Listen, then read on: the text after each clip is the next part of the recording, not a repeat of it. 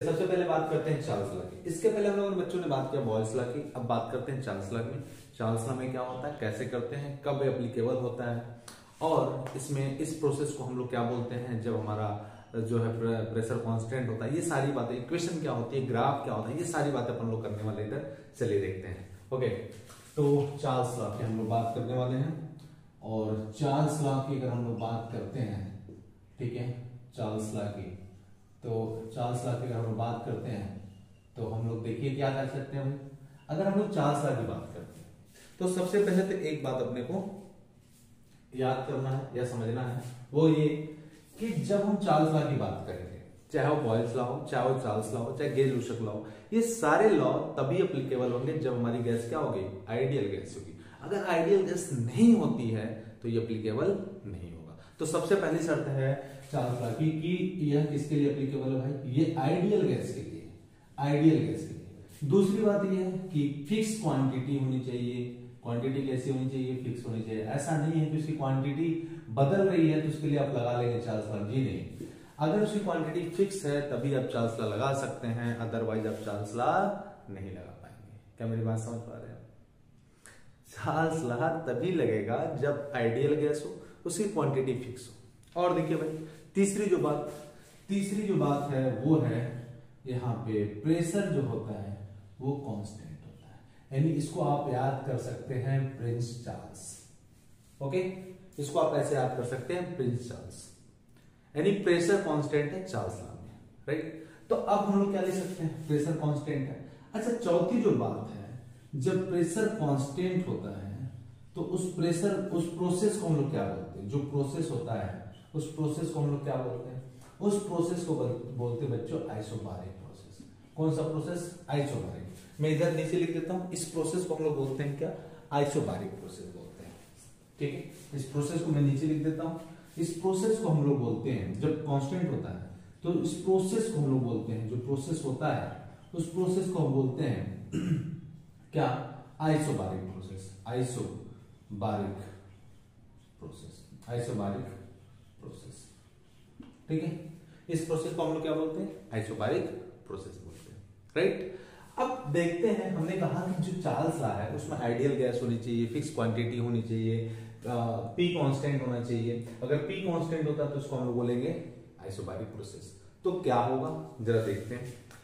देखो बच्चे, क्या है कि हमारे पास इक्वेशन जो होता है वो पीबी इक्वल टू एनआरटी है, ठीक है। प्रेशर कांस्टेंट है, यानी प्रेशर कांस्टेंट है, एन कांस्टेंट है, आर कांस्टेंट है, तो भी किसके प्रोपोर्शनल होगा, डायरेक्टली टी के। समझिए जरा बात को। अगर हम लोग बात करेंगे चार्ल्स लॉ की, तो चार्ल्स लॉ में अगर आइडियल गैस होती है, फिक्स क्वांटिटी होता है, प्रेशर कांस्टेंट होता है, ऐसे प्रोसेस को हम बोलेंगे आइसोबारिक प्रोसेस। अगर प्रेशर कांस्टेंट होता है तो जो वॉल्यूम होगा वो किसके डायरेक्टली प्रोपोर्शनल होगा, वो टेम्परेचर के डायरेक्टली प्रोपोर्शनल होगा, यानी भी डायरेक्टली प्रोपोर्शनल होगा किसके, टी। या फिर और हम क्या लिख सकते हैं, इस प्रोपोर्शनलिटी कांस्टेंट को हटाएं तो v equal to constant term और t हम लिख सकते हैं। या फिर हम लोग क्या और लिख सकते हैं, हम लोग इसकी इक्वेशन लिख सकते हैं। इसकी इक्वेशन जो पांचवी बात है, ये पांचवी बात इसमें वो ये है कि इसकी इक्वेशन क्या हो जाएगी, इसकी जो इक्वेशन होगी बच्चों वो क्या होगा, v इक्वल टू ct है तो हम लिख सकते हैं v by T equal to कितना, कांस्टेंट। बोलो, लिख सकते हैं, नहीं लिख सकते, लिख सकते हैं v by T equal to कितना, कांस्टेंट v। या फिर हम लिख सकते हैं v1 by t1 equal to v2 by t2, है ना। बोलो हम लिख सकते हैं v1 by t1 equal to कितना, v2 बाई t2, अगर v बाई t की वैल्यू क्या है, कांस्टेंट है। आगे देखिए जरा, ये बातें अगर समझ में आई हो तो आगे देखते हैं बच्चों। अब चौथी पांचवी बात ये है कि इसका ग्राफ हम लोग कैसे खींचे, ग्राफ कैसे बनाए। तो ग्राफ के लिए ये 6 बातें हैं जो आपको याद करनी है, ये 6 बातें हैं जो आपको याद कर लेना, याद कर लेना, ये बातें याद कर लेना है, कंफ्यूज नहीं होना है, याद कर लेना है, ठीक है। ग्राफ कैसे बनाएंगे भाई, एक बात हम जानते हैं कि y is directly proportional to x अगर होता है तो y इक्वल टू हम लिखते हैं क्या, cmx प्लस, या यहाँ पे कोई कांस्टेंट टर्म ले लीजिए, कांस्टेंट टर्म इनटू x, ऐसा लिख सकते हैं। तो ये किसका इक्वेशन है, ये स्ट्रेट लाइन का होता है। सिमिलरली अगर मैं कहता हूं v डायरेक्टली प्रोपोर्शनल है t के, तो v इक्वल टू हम लिखेंगे ct, और vt ग्राफ कैसा होगा, स्ट्रेट लाइन होगा। यहां से बात समझ में आ रही कि जो vt होगा कैसा होगा, वह स्ट्रेट लाइन होगा। ओके, तो स्ट्रेट लाइन होगा तो कैसे होगा बच्चों, स्ट्रेट लाइन होगा तो कैसे होगा देखिए यार, अब v इक्वल टू ct है, और कहां से पास करेगा, ये ओरिजिन से पास करेगा, क्योंकि यहां पर कुछ जुड़ा तो है नहीं, है ना। अब अगर ये ओरिजिन से पास करेगा तो देखते हैं जरा क्या हो सकता है। अच्छा, ये रहा आपका v और ये रहा आपका t, राइट। ये कहां से पास करेगा, ओरिजिन से। इसका जो स्लोप है, देखिए स्लोप क्या आ रहा है, कांस्टेंट आ रहा है। स्लोप क्या आ रहा है, कांस्टेंट आ रहा है। मतलब अगर a की बात करें, b की बात करें, c की बात करें, हर जगह में जो स्लोप है वो कांस्टेंट है। इसका मतलब ये हुआ कि यहाँ पे जो p है वो क्या है, कांस्टेंट है। क्या मेरी बात समझ पा रहे हैं, ठीक है। तो ये vt कर्व में ये कहां से पास करेगा, ओरिजिन से पास करेगा, और कैसा होगा, स्ट्रेट लाइन होगा। तो मैं ऐसा बोल सकता हूं बच्चों कि ये vt अगर ग्राफ प्लॉट करना चाहें तो क्या आएगा भाई, ये कांस्टेंट आएगा, कुछ इस तरीके से आएगा। एक स्ट्रेट लाइन है जो कहां से पास करेगा, ओरिजिन से पास करेगा, राइट। तो जल्दी से छापिए, आगे बढ़ते हैं, जल्दी से नोट करिए, आगे बढ़ते हैं, राइट। ओके, चलिए, तो ये बातें थी। अगर p कांस्टेंट है तो इसको बोलेंगे isobaric process, v directly proportional होगा किसके, t के, राइट। चलिए आगे बढ़ते हैं, ठीक है बच्चों, हटाते हैं इसको। अब थोड़ी और भी ग्राफ है उसको देख लेते हैं, और भी ग्राफ ड्रॉ कर लेते हैं, राइट। नोट कर लिया होगा आप लोगों ने, चलिए और भी ग्राफ है, जरा उसको भी ड्रॉ कर लेते हैं, है ना। चलिए, तो ग्राफ में और भी देखते हैं, तो फिर नोट करते रहिए। देखिए भाई क्या है, हमने बोला कि प्रेशर कांस्टेंट है, यहाँ पे क्या है, P कांस्टेंट है, प्रेशर कांस्टेंट है, तभी हम बोल रहे हैं चार्ल्स लॉ है। अब देखिए बच्चे क्या लिख सकते हैं, ये V है, ये अगर मैं कहूं P, Vp ग्राफ की बात करना चाहिए, तो प्रेशर क्या हो गया यहाँ पे, कांस्टेंट प्रेशर, कुछ ऐसे हो गया। वेलोसिटी, ये इसमें जो वॉल्यूम है वो क्या हो रहा है, बढ़ रहा है, V क्या वो बढ़ रहा है, लेकिन प्रेशर क्या हमारा कांस्टेंट, कुछ ऐसे बन गया। अगर मैं PV ग्राफ करूं, PV ग्राफ की अगर बात करूं, तो देखिए भैया PV में प्रेशर क्या है, कांस्टेंट है, राइट। अगर यह ना करके मैं VT ग्राफ की बात कर लूं, ठीक है, VT graph, sorry TP graph या PT की बात करूं, तो देखिए क्या लिख सकते हैं हम लोग। अगर मैं ग्राफ ले लूं ऐसे कुछ कि यहां पे प्रेशर है और यहां पे टेम्परेचर है, राइट। तो क्या प्रेशर तो कांस्टेंट है इस प्रोसेस के लिए, या कह सकते हैं इस लॉ में प्रेशर क्या हो रहा है, कांस्टेंट है, तभी हम इसको बोल रहे हैं आइसोबारिक प्रोसेस या चार्ल्स लॉ बोल रहे हैं। तो प्रेशर कांस्टेंट है, ऊपर गया तो बढ़ा, नीचे आया तो घटा, ऊपर गया तो बढ़ा, नीचे गया तो घटा, किसी जगह पे रुक गए तो क्या हो गया, कांस्टेंट हो गया, राइट। तो मैं ऐसा बोल सकता हूं कि प्रेशर जो है वो कांस्टेंट है। अगर मैं कहूं ये यहाँ पे T ले लूं और यहाँ पे मैं P ले लूं, तो यहाँ पे भी हम वैसे ही कर सकते हैं, क्योंकि प्रेशर हमारा क्या है, कांस्टेंट है। ग्राफ कुछ ऐसे हो जाएगा। क्या मेरी बात समझ पा रहे हैं आप लोग, बोलिए। तो इतनी ग्राफ है, इतने तरह से ग्राफ हम लोग इसको बना सकते हैं। जल्दी से नोट करिए, करते हैं एक छोटा सा क्वेश्चन, जल्दी से नोट करो बच्चों, जल्दी से नोट करो, आगे करते हैं। तो बीटी ग्राफ में अगर हम बात करें तो ये जो ग्राफ होगा वो स्ट्रेट लाइन का होगा, और कहां से पास करेगा, वो ओरिजिन से पास करेगा, क्योंकि v डायरेक्टली प्रोपोर्शनल है किसके, t के, और v1/t1 इक्वल टू v2/t2 होगा इसका इक्वेशन, राइट। अगर ये नोट कर लिया हो तो इसको भी हटा देता हूं, है ना। ओके, चलो नोट करो बच्चे नोट करो, चलिए ठीक है। चलिए अब इस पर क्वेश्चन कराते हैं, कुछ क्वेश्चन करते हैं हम लोग, है ना। चलिए क्वेश्चन करते हैं, क्वेश्चन करते हैं भाई। अगर मैं कहता हूं कि एक VT ग्राफ है, एक छोटा सा क्वेश्चन करते हैं बोलो, इसमें एक छोटा सा क्वेश्चन। अगर मैं कहता हूं ये VT ग्राफ है, राइट, और यहां पे दो, हमने कहा कि ये स्लोप दिया हुआ है, ठीक है, इसकी वैल्यू मैं बोलता हूं P1 है, इसकी वैल्यू मैं बोलता हूं P2 है, राइट। आपसे पूछा ये जाएगा कि बताइए पहला कि P1 इक्वल टू P2, दूसरा P1 is greater than P2, या तीसरा P1 is less than P2, या चौथा none of this, none of this. कौन सा सही है ऑप्शन? अगर ग्राफ ऐसा दिया है, VT ग्राफ ऐसा दिया है और P1 P2 की वैल्यू दे रखा है, इस स्लोप के लिए P1, इस स्लोप के लिए P2 है, आप क्या करोगे, आप तुरंत स्लोप निकाल लोगे? नहीं, ऐसे नहीं करना। करना है क्या भाई, आप किसी को कांस्टेंट करो, ये तो मैंने बताया था, एक को कांस्टेंट कर दिया, ये कांस्टेंट है, मतलब यहाँ पे टी की वैल्यू क्या कर दिया हमने, कांस्टेंट कर दिया। यहाँ पे जो वैल्यू मिलेगी वो P1 के लिए क्या मिलेगी, V1, और यहाँ पे जो वैल्यू मिलेगी वो क्या मिलेगी, V2। आप इस ग्राफ को अगर ध्यान से देखें, इस ग्राफ को ध्यान से देखें तो इस ओरिजिन से ऊपर गया तो बड़ा, नीचे तो घटा, ऊपर गया तो बड़ा, नीचे तो घटा, तो मतलब V1 से V2 क्या है, बड़ा है। तो मैं लिख सकता हूं क्या कि V2 is greater then V1, right. अब मैं ये जानना चाहता हूं कि अगर V2 V1 से बड़ा है तो आखिर P1 P2 में क्या असर पड़ेगा, कौन बड़ा होगा, P1 बड़ा होगा कि P2 बड़ा होगा। उसके लिए हम लोग क्या करेंगे, गैस इक्वेशन पढ़ा है, PV इक्वल टू कितना पढ़ा है, nRT पढ़ा है, राइट। और यहाँ पे क्या कांस्टेंट है, यहाँ पे V कांस्टेंट है, सॉरी P कांस्टेंट है, क्योंकि आइसोबारिक प्रोसेस है, इसी को हम लोग चार्ल्स लॉ बोल रहे हैं। N कांस्टेंट होता है, R कांस्टेंट है, तो बचा क्या भैया, B प्रोपोर्शनल है किसके, P के, राइट।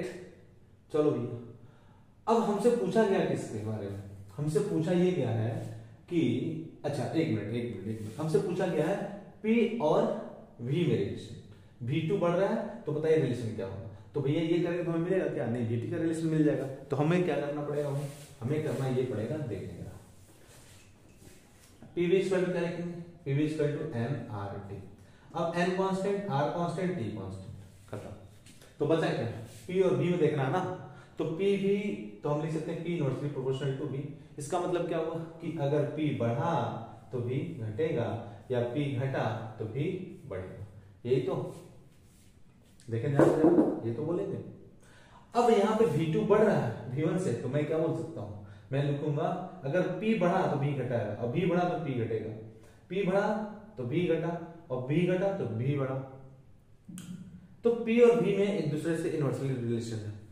तो यहाँ पे मैं कह रहा हूँ V2 बढ़ रहा है V1 से, तो यहाँ पे क्या हो जाएगा भाई, P1 और P2 दिया हुआ तो कौन बड़ा होगा, ऑब्वियस सी बात है P1 बड़ा होगा किससे, P2 से, क्योंकि ये कैसा रिलेशन है, इनवर्सली का रिलेशन है।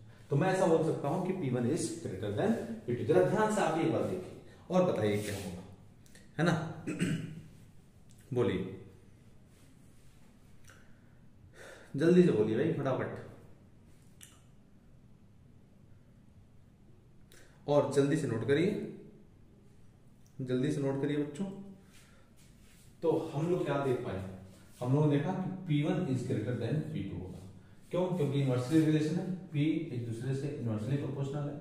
तो अगर P1, एक मिनट, क्या बड़ा हो रहा है इसमें, ये V2 बड़ा हो रहा है किससे, V1 से, तो मैं बोल सकता हूँ V2 is greater then V1, तो मुझे बोलना पड़ेगा P1 is greater then V2, ये हमारे पास आएगा। तो P1 इज ग्रेटर देन क्या होगा, P2 के, राइट। अगर मान लीजिए मैं कहता हूं, जरा ध्यान से देखें, मैं कहता हूं कि यहां पे ये V है और ये T है, राइट, और फिर से यहाँ पे दो अलग अलग वैल्यू देता हूं मैं, इसको मैं P2 बोलता हूं, इसको P1 बोलता हूं, राइट।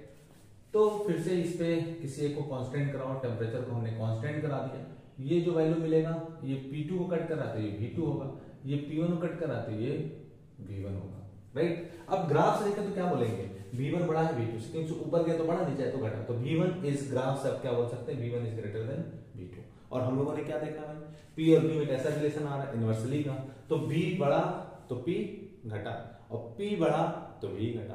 तो मैं क्या बोल सकता हूं कि P2 is greater than P1, क्योंकि V1 और P1 में, V और P में क्या इनवर्सली का रिलेशन है, तो P2 ग्रेटर होगा किससे, P1 से। क्या मेरी बातें समझ पा रहे हो? तो यहां पे क्या हो जाएगा, यहां ऑप्शन सही होगा। अगर मान लीजिए ऑप्शन दे दे P1 is greater than P2, दूसरा दे दे P2 is greater than P1, और तीसरा दे दे P1 is equal to P2, और चौथा दे दे नन ऑफ दिस, तो आप क्या लिखेंगे, P2 is greater than P1, right, क्योंकि यहाँ पे P2 P1 हमने कर दिया, यहाँ पे P1 P2 करा। क्या मेरी बातें समझ पा रहे हैं?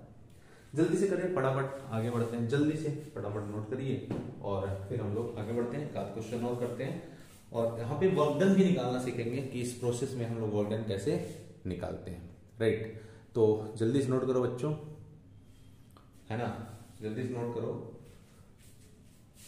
और इसमें वर्क डन निकालना बाकी है, राइट। चलिए ठीक है बच्चों, जल्दी से नोट करें ताकि अपन लोग आगे बढ़े, राइट।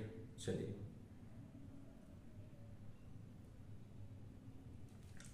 ठीक है ना, हो गया नोट। परिंदे को मंजिल मिलेगी यकीनन, परिंदे को मंजिल मिलेगी यकीनन, ये परिंदे के खुले पंख बोलते हैं, क्लास में जो रहते हैं चुप चुपके से, एक दिन उनके करम बोलते हैं, एक दिन उनके करम बोलते हैं। चलो भैया आगे बढ़ते हैं।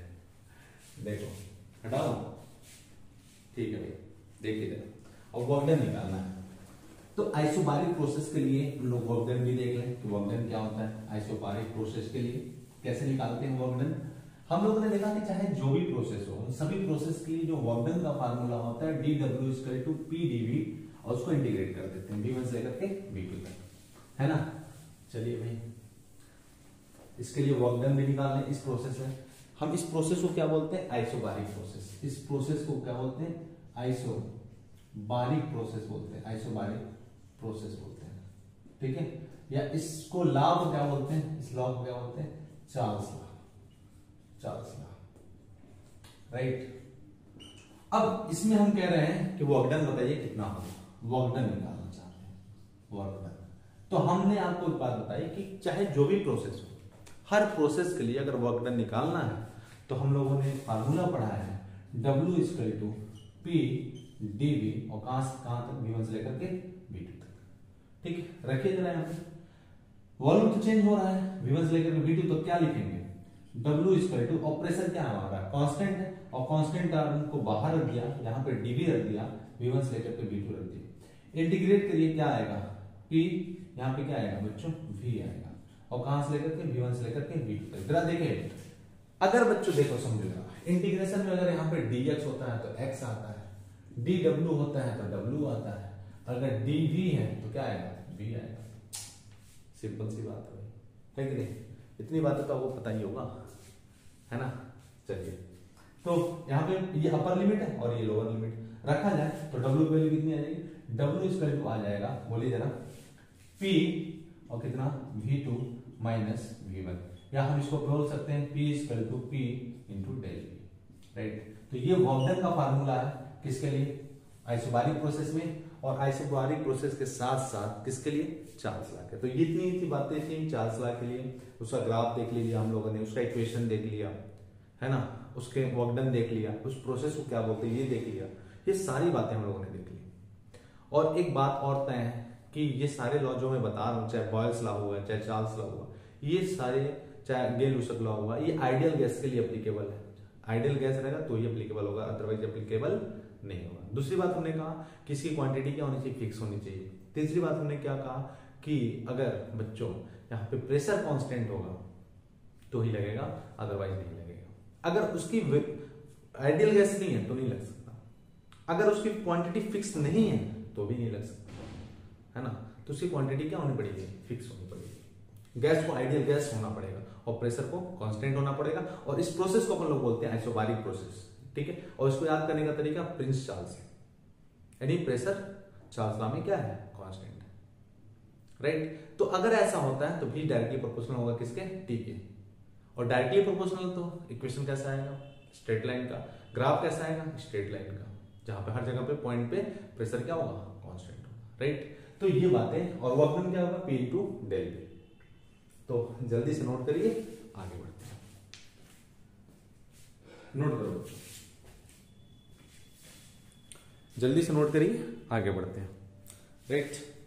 और एक छोटे मोटे क्वेश्चन की तरफ और भी चलते हैं और देखते हैं, राइट। चलिए भाई, अब हम लोगों ने गेल-लुसक लॉ पढ़ा ही होगा, है ना, गेल-लुसक लॉ पढ़ा होगा, तो हम लोग उसके बारे में भी चर्चाएं कर लेंगे, ठीक है।